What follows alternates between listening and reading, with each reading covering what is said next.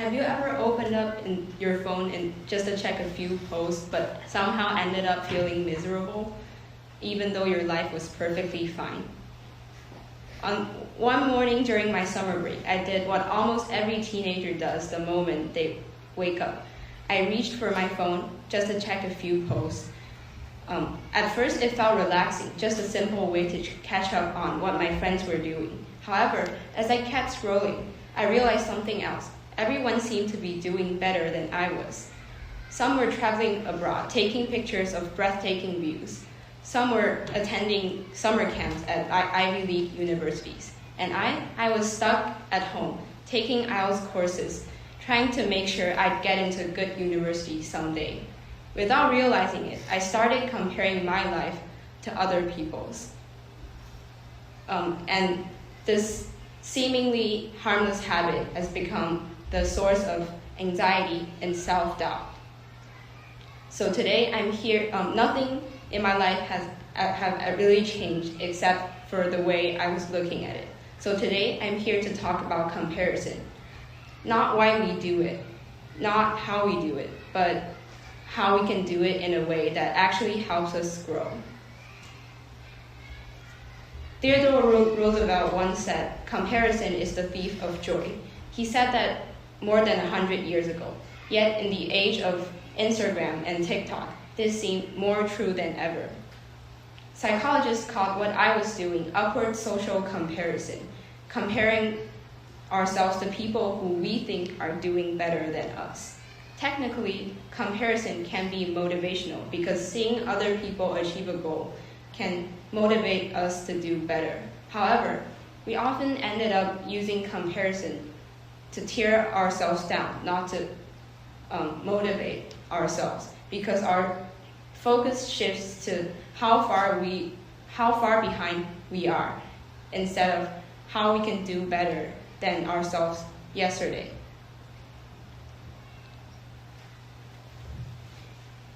In an age where everyone is on social media, this effect gets amplified because we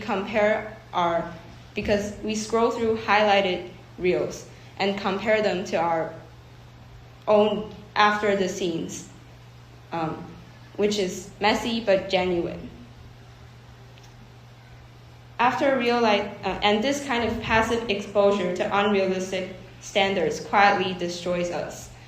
It destroys our confidence, makes us question our worth, and turns simple happiness into negative emotions and anxiousness. Scientific studies show that comparison to unrealistic standards is related to the damage of our self-confidence, our mental well-being, and our self-esteem. After realizing how comparison was affecting me, I still use social media, but I remind myself, I'm just using social media for convenience and relaxation. I'm not supposed to feel bad because other people live my ideal life.